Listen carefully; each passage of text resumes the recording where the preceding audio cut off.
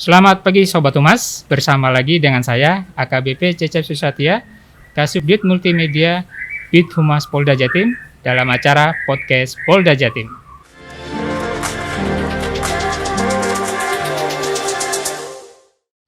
Pagi ini kami berada di Kabupaten Lamongan, tepatnya di Desa Ngumo, untuk bertemu dan berbincang-bincang dengan seorang anggota Polri yang sangat inspiratif.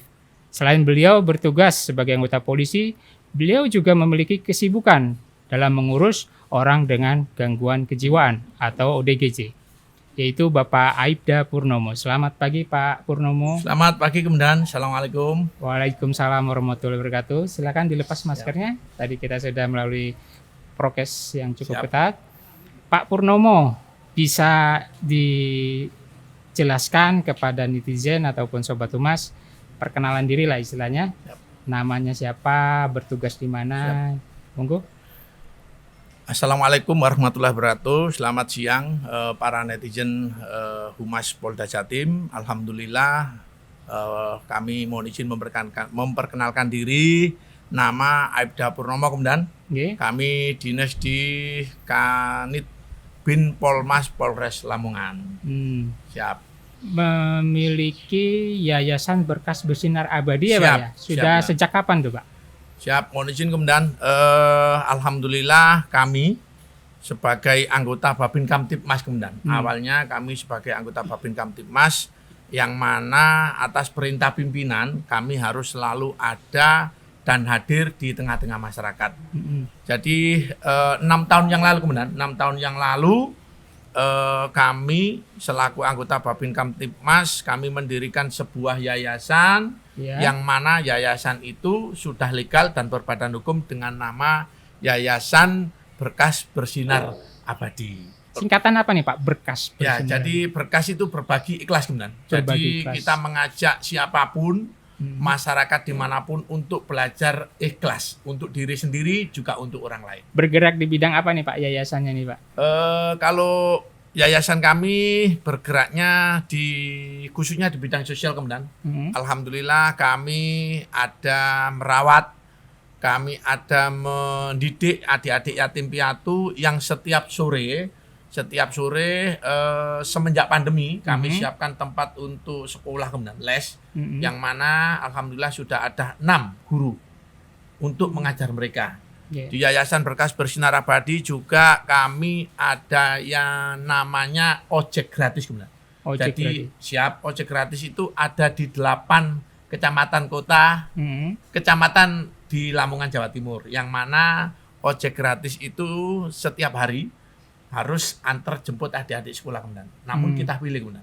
Jadi adik-adik yang yatim piatu, yang rumahnya jauh, yang duafa, dan disabilitas. Biar nggak kesulitan untuk ke sekolah. Siap. Gitu. Terkait yayasan ini pun bergerak di bidang membantu orang-orang dengan gangguan jiwa ya. Siap. Oke. Sejak kapan Bapak punya inisiatif untuk mengurus orang gangguan jiwa ini Pak? Siap. Jadi kalau mengurus ini udah lama Kemendan.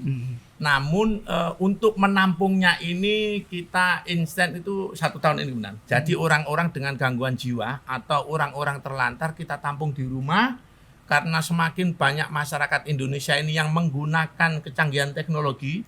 Jadi kita share ke medsos. Jadi kalau kita ketemu orang-orang dengan gangguan jiwa, orang-orang terlantar yang sebelumnya tidak bisa ketemu dengan keluarganya karena masyarakat ngelihat kami sebagai seorang polisi, jadi masyarakat mungkin lebih percaya.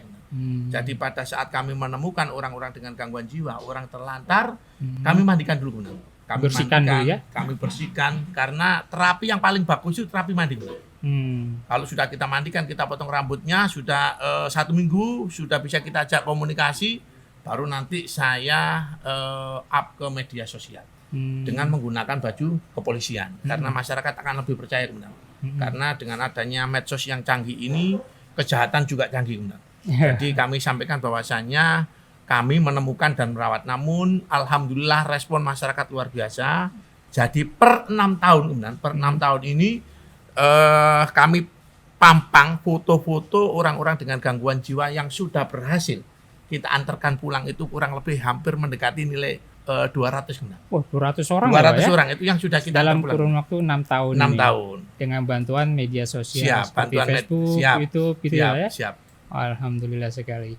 Bantuan untuk mengurus kayak ini merawat seperti yang Bapak sampaikan tadi. Ini uang dari mana, Pak? Saya mengucapkan terima kasih kepada warga masyarakat Indonesia kemudian, yang mana mungkin tidak bisa kami sebutkan satu persatu. Yeah. Alhamdulillah masyarakat Indonesia itu sangat cinta kemudian dengan kepolisian. Yeah. Buktinya kegiatan kami selama 6 tahun ini benar-benar didukung kemudian. Alhamdulillah dari penghasilan konten YouTube, dari tambahan donatur dari masyarakat Indonesia yang tidak bisa kami sebutkan satu persatu. Alhamdulillah kami sudah mendirikan rumah yang memang kami khususkan untuk merawat serta mengobati kemudian. Jadi kalau dulu cuma merawat sekarang ikut dan mengobati. mengantarkan pulang. Kalau sekarang sudah kami mengobati kemudian. Alhamdulillah sekarang kami sudah siapkan tenaga perawat 1. Kami siapkan dokter spesialis khusus ke sini kemudian. Itu setiap minggu sekali. Ada kami siapkan pengobatan ahli ruqyah. Itu 1 tim kemudian berjumlah 6 orang, yang mana itu seminggu 2 kali kemudian. Kami siapkan guru ngaji 4, ada ustazanya 1, ustadznya 3. Karena dari hasil konten YouTube itu, makanya kami siapkan untuk keluarga atau masyarakat yang memiliki keluarga-keluarga yang sakit dengan gangguan jiwa, yang harus dirantai tangannya, harus dipasung. Kalau mereka menginformasikan ke kami akan jemput dan kami akan berikan layanan gratis kemudian. Gitu Alhamdulillah, ya, Alhamdulillah. Per hari ini pasien yang kami rawat kurang lebih ada 47 pasien kemudian. 47 pasien. 47 pasien semua. Untuk yang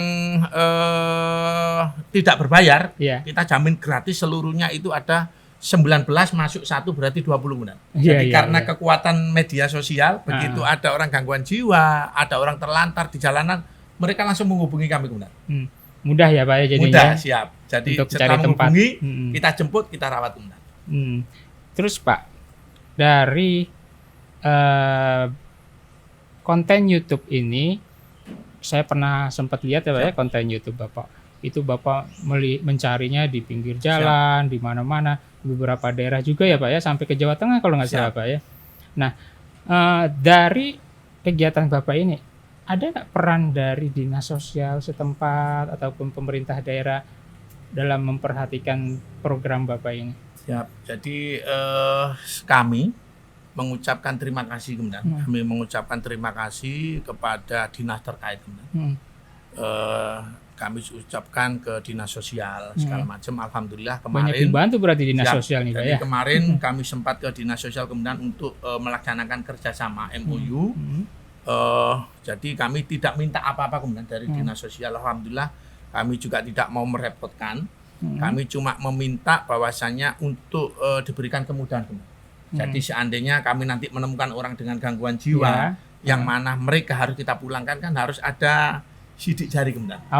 Jadi kita akan nyari keluarganya ini, biasanya kan rekam medis kemudian. Untuk KTP-nya kita ketemukan, dan alhamdulillah untuk biaya-biayanya semuanya kemudian kami akan tanggung seluruhnya. Pak, metode yang digunakan Pak Purnomo dan timnya ini apa saja sih Pak? Kami berpikir begini kemudian, banyak rumah sakit, banyak dokter yang spesialis, yang khusus untuk melakukan orang-orang dengan gangguan jiwa ini ya. Namun yang di sini kemudian alhamdulillah, mohon izin, mungkin kami salah omong, sebelumnya kami sampaikan mohon maaf dalam artian gini kemudian. Kami berpikiran bahwasanya orang dengan gangguan jiwa berarti jiwanya kemudian yang sakit. Memang obat itu perlu kemudian. Orang itu kalau dikasih obat, mungkin kalau misalkan lagi galau, gelisah atau gimana, dia bisa tenang dengan obatnya. Namun bagaimana caranya pasien-pasien kami itu tidak ada ketergantungan dengan obat. Masalahnya banyak pasien-pasien kami ini yang notabene sudah pernah dibawa ke rumah sakit berulang-ulang, bertahun-tahun. Namun kenapa mereka belum sembuh? Karena mungkin ada rasa malas, ada rasa capek, ada rasa jenuh untuk selalu mengkonsumsi obat. mungkin ada keluarga yang harus berangkat ke rumah sakit atau ke puskesmas. Ya kalau di kota kemudian dekat. Iya, betul. Bayangkan kalau kita ketemu yang kemarin ada di tengah-tengah gunung di daerah Nganjuk, di daerah Madiun, untuk akses ke kota saja dia sudah menempuh susah kemudian. Lah, dari itu kita berpikir bahwa kita perlu penenangan jiwa kemudian. Jadi kita sentuh mereka kayak ini tadi, makannya tidak kita bedakan kemudian. Apa yang kita makan, mereka makan. Di sini alhamdulillah pasien-pasien yang sebelumnya mungkin dirantai, tangan kakinya di sini kita lepas semua. Yang paling susah itu 1 minggu pertama kemudian. 1 minggu pertama itu memang pengaruh obat penting kemudian. Jadi obat penenang. Buat penenang ya. Karena jadi, baru lepas dari rantai biasanya kan. Nah, itu kan ngamuk-ngamuk kemudian. Nah, setelah kita lakukan ruqyah, kita di sini melakukan ruqyah seminggu 2 kali kemudian. Hari Senin sama hari Jumat. Di ruqyah. Siap, itu setiap minggu 2 kali kemudian. Terus alhamdulillah mereka kita kenakan dengan air wudhu itu sangat luar biasa. Sangat luar biasa. Jadi jamaahnya benar-benar kita tata. Ngajinya mereka dilaksanakan 2 kali, hari setelah sholat isya sama habis subuh. Mereka juga didampingi tim ahli khusus untuk rasa kepercayaan diri. Alhamdulillah pasien-pasien kami mudah-mudahan jangan sampai kemudian. Jadi kalau sudah dinyatakan sehat pulang, mereka belum ada yang komplain kambuh atau balik ke sini. Alhamdulillah Pak ya, makanya, ada yang kambuh lagi. Siap, makanya kami sampaikan ke pihak keluarga kemudian bahwasannya tempat yang paling bagus untuk pengobatan itu keluarga. Harus ada pendekatan jiwa kemudian. Itu terapinya kemudian. Ini rahasia yang baru kali ini dibuka. Metodenya sendiri simple sebenarnya Pak ya. Dengan memberikan pendidikan agama, dengan ruqyah dan pendekatan oleh ikatan keluarga sendiri. Itu yang paling utama. Paling penting. Bukan karena dikekang dengan dirantai, itu malah tidak akan menyembuhkan. Tidak akan sembuh. Oke, Bapak. Terima kasih. Terus pengalaman yang sangat berkesan bagi Bapak ini. Kalau pengalaman kemudian ada yang pengalaman itu terjadi sebelum 1 minggu kemudian. Ya, jadi ada pasien itu yang marah-marah. Ada yang banting-banting barang-barang bekas segala macam itu pot-pot dibanting kemudian. Namun alhamdulillah karena pendekatan dan mungkin itu juga keajaiban dari Allah Subhanahu wa taala, selama 6 tahun di sini belum pernah ada pasien yang kelahi kemudian. Dan yang paling banyak kemudian kalau kita menemukan orang dengan gangguan jiwa yang usianya sudah mendekati 60 kemudian, itu susah kemudian. Kebanyakan keluarga juga nggak mau. Sudah usia tua, jadi perawatannya lebih ekstra ya. Kemudian Pak, untuk kasus-kasus yang Bapak rawat di sini ya, pasien-pasien ini, rata-rata penyebab mereka menerima gangguan jiwa ini apa saja sih Pak? Yang pertama, kalau pasien itu kita terima di mana dia dari ex kota. Saya nggak saya sebutkan kotanya kemudian. Oh, dari suatu kota ya, gitu dari sebuah kota yang mana kota itu banyak sekali pendekar. Ya, dia mungkin mempelajari ilmu segala macam, ikut pencaksilat segala macam.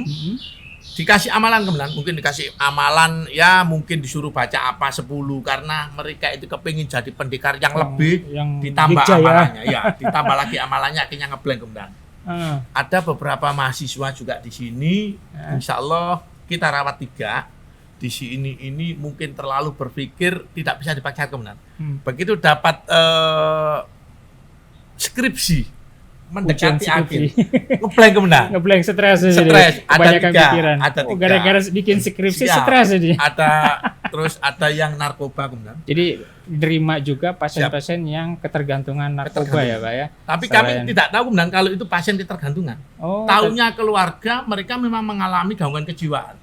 Oh, tanda-tanda kayak gangguan kejiwaan, tapi backgroundnya ternyata karena narkoba. Jadi mungkin orang tua tidak tahu bahwasannya mungkin anak-anaknya setelah pakai narkoba itu lebih kurang rasa percaya diri, lebih mengurung, jarang mandi. Akhirnya mereka kamar terus ya. Jadi akhirnya mereka menyampaikan ke kami bahwasannya anak mereka mengalami gangguan jiwa, depresi.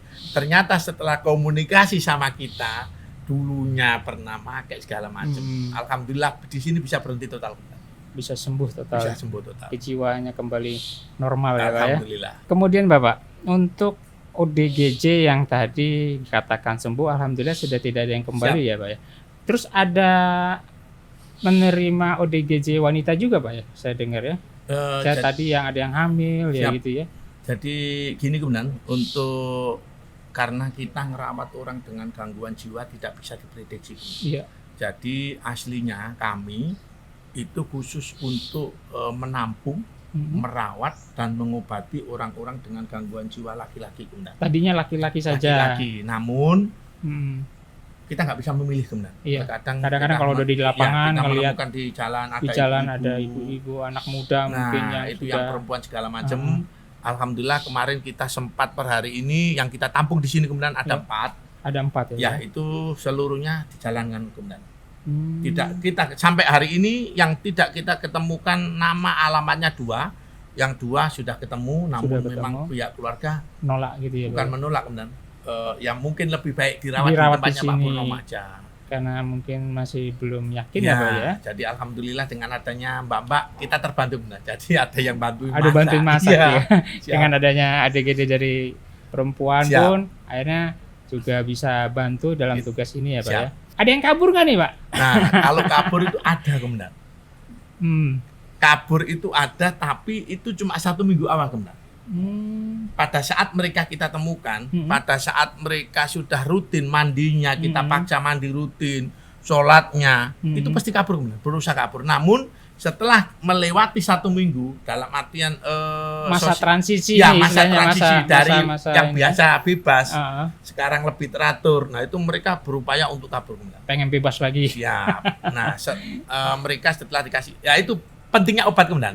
Jadi obat di awal itu yang mana menurunkan emosi yang biasanya marah-marah, dengan adanya obat itu mereka akan turun tensinya kemudian. Baru di situ kita kasih ruqyah, kita kasih pendekatan, kita ajak sholat, kita ajak komunikasi, pelan-pelan.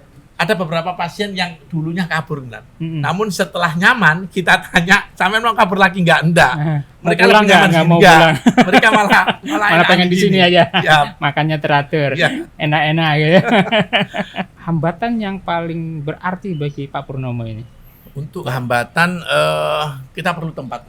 Tempat ya. Kita perlu tempat. Masalahnya semakin viral, semakin masyarakat mengetahui. Banyak yang tahu ada tempat. Jadi, pengobatan, perawatan ODGJ. Dan yang paling penting gratisnya itu benar. Oh iya. Ya, jadi kami sampaikan kepada warga masyarakat bahwasanya kami memiliki keterbatasan. Yeah. Kami memiliki keterbatasan tenaga pengawas, kami memiliki keterbatasan tenaga kesehatannya juga. Jadi kita sampaikan ke masyarakat bahwasanya tidak semuanya bisa kita tampung. Lah kami alhamdulillah atas dukungan dari pimpinan kami juga kemudian, dari Bapak Kapolres, dari Bapak Bupati juga kemarin. Jadi alhamdulillah insya Allah dari berkembangnya hasil konten YouTube kemudian. Udah berapa subscriber Pak sekarang? Sudah hampir 1.200.000 kemudian. Waduh. Jadi kita kalah ini. Siap. Punya Bitu Mas kalah ini. Jadi masyarakat ngelihat kemudian. Bahwasanya masyarakat ngelihat insya Allah orang-orang yang di jalanan bukan hanya sekedar kita mandikan, bukan hanya sekedar kita bersihkan, bukan sekedar kita ambil kontennya saja kemudian. Karena masyarakat Indonesia sekarang sudah pintar. Jadi ngelihat ini bener nggak ini? Ya siap. Jadi kalau cuma dibuat istilahnya konten saja terus kelanjutannya nggak ada kan? Hasilnya dari konten itu kemudian kita alihkan memang untuk perawatan, untuk pengembangan perawatan mereka. Insya Allah kami nanti akan membuat tempat pengobatan, bukan rumah sakit teman, pengobatan terbesar se-Jawa Timur. Jadi untuk mengurangi rasa kecewa masyarakat kemudian kami berikan layanan gratis kalau ini benar. Layanan gratis itu kalau memang masyarakat yang memang benar-benar kurang mampu, kurang beruntung, boleh berobat di tempat kami setiap Senin dan Jumat. Oh, berobat jalan gitu ya? Berobat jalan, dan itu kami berikan layanan gratis benar. Jadi dari ruqyahnya juga gratis, dari medisnya juga gratis. Semoga niat baik Pak Purnomo diberikan kemudahan oleh Allah SWT, oleh masyarakat. Dan masyarakat sini mendukung semua Pak ya? 47 tidak ada yang dirantai kemudian. Dan semuanya bebas kayak gini, tidak ada yang keluyuran kemana-mana. karena mereka merasa nyaman. Kayak rumahnya sendiri. Ya, untuk makan dia bisa ambil sendiri. Kalau misalkan siang makan boleh, 3 kalau kali sehari. Siap. Dan itu menunya beda-beda. Makan siang beda, siang malam Bisa beda. bisa dicek langsung ke pasien-pasiennya. Malahan mereka pesan, request. Pak, saya pengen makan ini dong, begini ini. Dan kejadian lucu kemudian. Alhamdulillah sudah 6 bulan ini pasien-pasien kami yang benar-benar sudah kita anggap sehat. Sebelum mereka kita kembalikan ke keluarganya. Namun khusus yang punya keluarga kemudian, namun yang sebatang kara enggak. Pasti ditampung kita tampung ya. Jadi suruh bantu-bantu juga di jadi sini. Bantu-bantu lah, nanti kita siapkan tempat kemudian. Ada beberapa yang nantinya dia sudah tidak ingat keluarganya, sekarang ingat. Tempat tinggalnya ingat lah, nanti mereka kita kembalikan, namun kita bekali usaha yang mana nanti mereka akan kembali benar-benar bisa bergaul dengan masyarakat, benar-benar bisa mandiri gitu. Siap. Terus untuk sholat Jumat kemarin sempat warga takut kemudian, Pak, kok pasiennya diajak sholat Jumat di masjid? Di masjid luar gitu ya? Oh, jauh kemudian masjidnya lumayan, mungkin dari sini 200 meter. Nanti kalau ngamuk kayak apa? Jadi saya sampaikan bahwasannya ucap itu doa kemudian. Jadi kalau memang kita bisa berucap baik, bagus, kenapa lebih kok? Baik, positif lah. Alhamdulillah, pasien-pasien kami, bayangkan 47 pasien dibawa kita ajak sholat ke sana kemudian. Bareng. Dan itu saya bimbing kemudian, saya di depan. Didampingi dengan tenaga pendamping 7. Takutnya kan nanti masuk ke rumah warga. Alhamdulillah mereka tertib ya.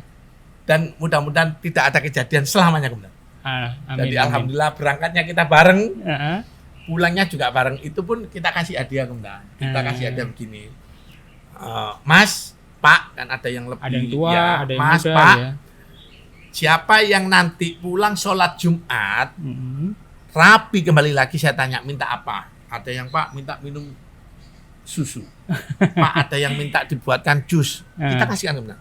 Karena kami berpikir bahwasannya sedekah itu yang paling utama. Betul. Jadi kita memberikan kepada mereka itu, kita sedekah aja, niatnya sedekah. Benar. Allah kasih lebih. Pasti lebih. Siap. Dapat balasannya, siap. Pak ya. Siap. Jadi mereka senangnya begitu. Baik Pak Purnomo, mungkin ada pesan ataupun himbauan kepada masyarakat, terutama memiliki keluarga yang mengalami gangguan jiwa. Mungkin ada yang mau disampaikan, Pak? Ya, kami menyampaikan yang kami tahu bahwasannya kalau kita memiliki keluarga yang mengalami sakit dengan gangguan jiwa, kita tahu sendiri bahwasannya mereka juga manusia. Kalau memang kita memerlukan obat, pemerintah sudah menyiapkan rumah sakit.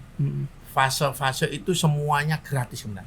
Namun karena mungkin itu tadi benar, merasa jenuh harus pergi ke rumah sakit setiap bulan untuk mengambil obat. Ketergantungan obat, kalau nggak minum obat akhirnya kumat, akhirnya kambuh lagi. Sederhana sekali benar. Ucap itu doa. Sekali lagi ucap itu doa. Kalau kita memiliki keluarga yang mengalami gangguan jiwa, kita perlakukan mereka seperti kita memperlakukan diri sendiri.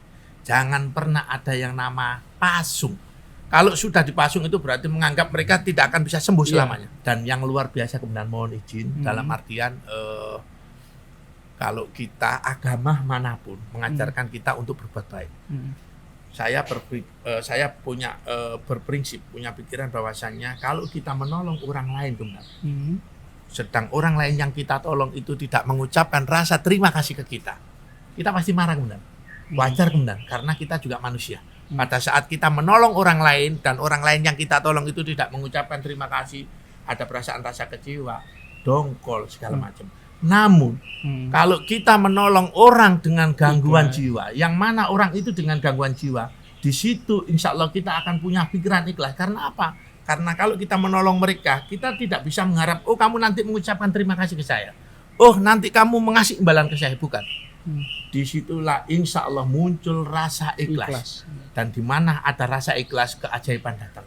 Jadi yang terakhir, kita bantu, kita tolong saudara-saudara kita, insya Allah Allah akan membantu, Allah akan menolong apa yang kita butuhkan. Akan membalas segala amal yang kita laksanakan.